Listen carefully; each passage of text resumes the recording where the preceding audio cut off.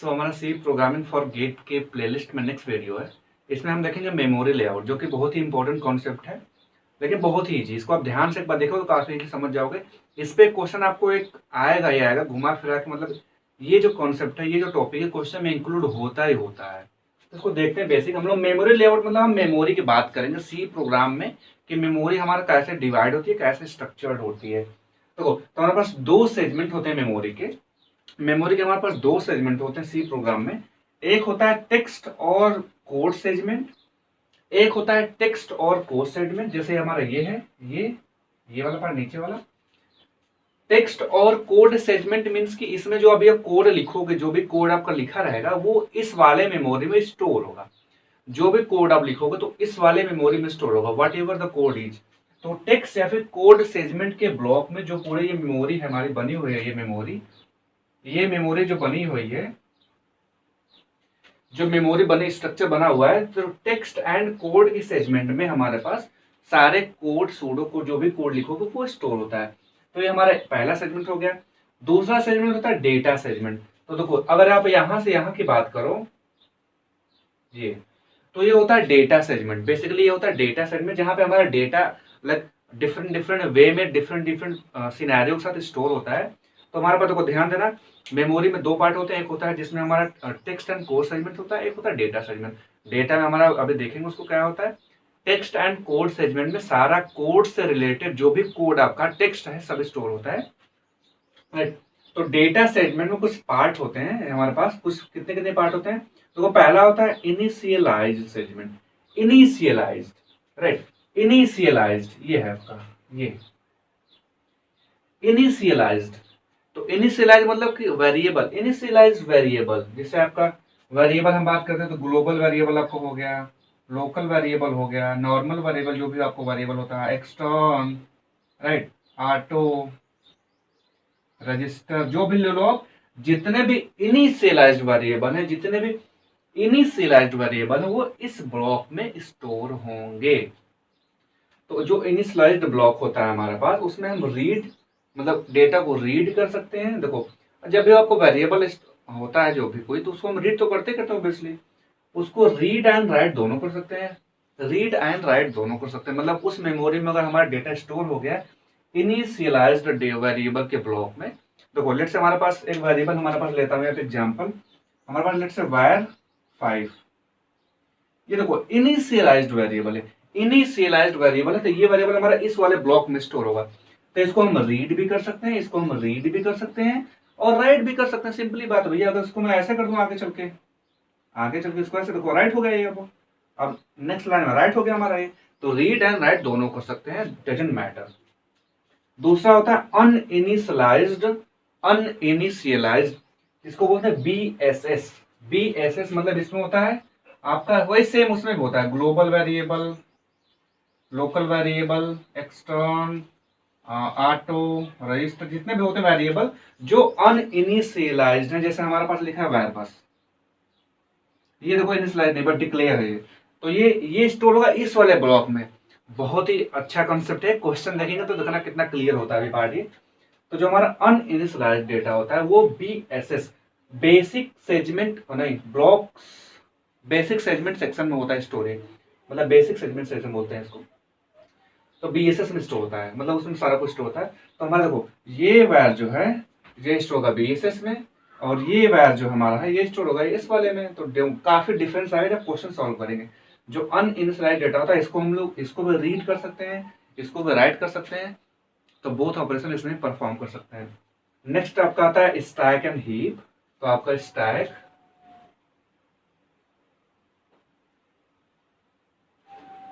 तो stack and heap एक प्रकार का डेटा लाइक आपका डेटा स्ट्रक्चर है, और इसमें मेमोरी में आपको स्टैक बन होती है पर्टिकुलर, हीप होता है। तो इसका अभी तक इसका एप्लीकेशन आपको बहुत कम ही मिलेगा सी प्रोग्रामिंग में, क्वेश्चन में बहुत कम ही आएगा। हम लोग को डेटा स्ट्रक्चर पढ़ेगा तो वहां पे इसका एप्लीकेशन यूज होता है, काफी वहां पे अच्छे से पढ़ेंगे। तो यही कुछ बेसिक्स था आपका। और जो फर्स्ट ब्लॉक होता है इसमें होता है environment variable, environment variable, right.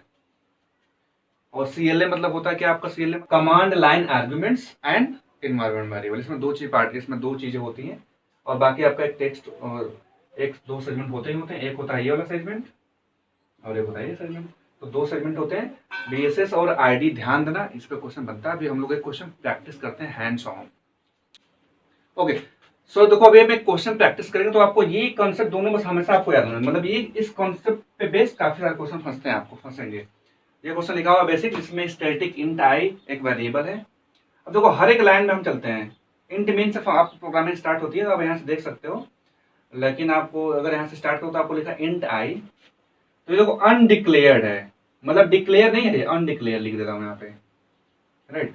Printf D करा रहा है तो कहना कि आपको डेटा यही जाएगा। लेकिन आपको क्या करना है, पहले हम देखेंगे स्टार्टिंग से कि वेरिएबल और क्या क्या, क्योंकि स्टैटिक है। एक बार समझाता हूँ, देखना ध्यान से। देखो ये भी अनडिक्लेयर्ड है, ये डिक्लेयर्ड वेरिएबल है, ये अनडिक्लेयर्ड है।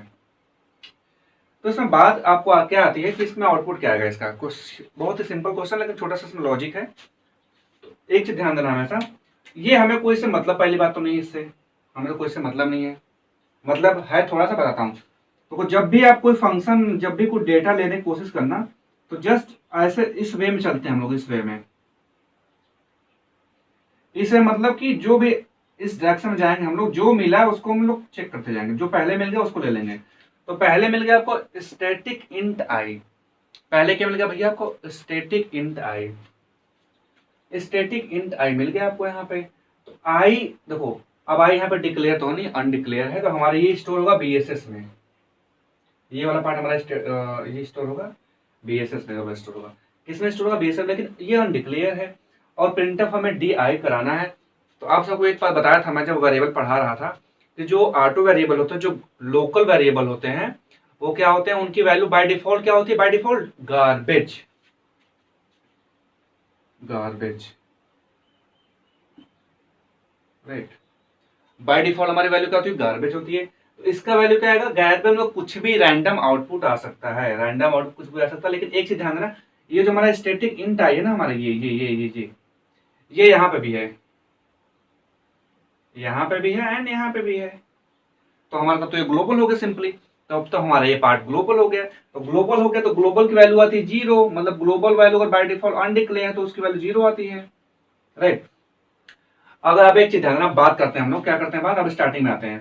अब हम हमारा ये वाला पार्ट यहाँ पे भी है, यहाँ पे भी है। तो हमारा जो कंपाइल होगा यहाँ से स्टार्ट करके चलना है, यहाँ से चलेगा, चलना स्टार्ट करेगा यहाँ से, राइट। ध्यान से देखना, यहाँ चलना स्टार्ट किया तो स्टैटिक इंट आई अनडिक्लेयर सिंपल है, इसको स्टोर करेगा, तुरंत स्टोर करेगा BSS में। इसके बाद स्टैटिक इंट आई, आई को 27 है। अब देखेगा तो डिक्लेयर भैया, इसको तुरंत स्टोर करेगा इस वाले पार्ट में, इस वाले पार्ट में इसको स्टोर कर देगा, इस वाले में इसको यहाँ पे स्टोर कर देगा, कंपेरेटिव कर देगा स्टोर। फिर स्टैटिक इंट आई अनडिक्लेयर सिंपल हमारा पड़ा हुआ है वहां पे, उसको अपडेट करेगा, मतलब राइट करेगा। फिर यहाँ पे स्टैटिक इंट आई, आप देखो ध्यान से देखना यहाँ पे, तो हमारे पास ये 27 जो था, ये देखो हमारा इनिशियलाइज्ड वेरिएबल सेक्शन में स्टोर हो गया, और बाकी अनडिक्लेयर वेरिएबल है BSS में स्टोर हो गया। तो सिंपली हमें करना क्या है, जो स्टैटिक इंट आई है, सिंपल सी बात है, हालांकि इसका कोई लॉजिक यहाँ बनता नहीं है आपके पास। अगर आपके पास ये वैल्यू लेनी है हमें, तो इसके बाय डिफॉल्ट गार्बेज वैल्यू होती है। लेकिन हमारा ये डेटा ग्लोबल में पड़ा हुआ है, ग्लोबल में भी, तो हमारा इसका आउटपुट 0 आना चाहिए, 0 आना चाहिए। तो एक चीज यहाँ पे कंफ्यूजन आपको आ रही होगी कि भैया तब 27 का मतलब क्या है।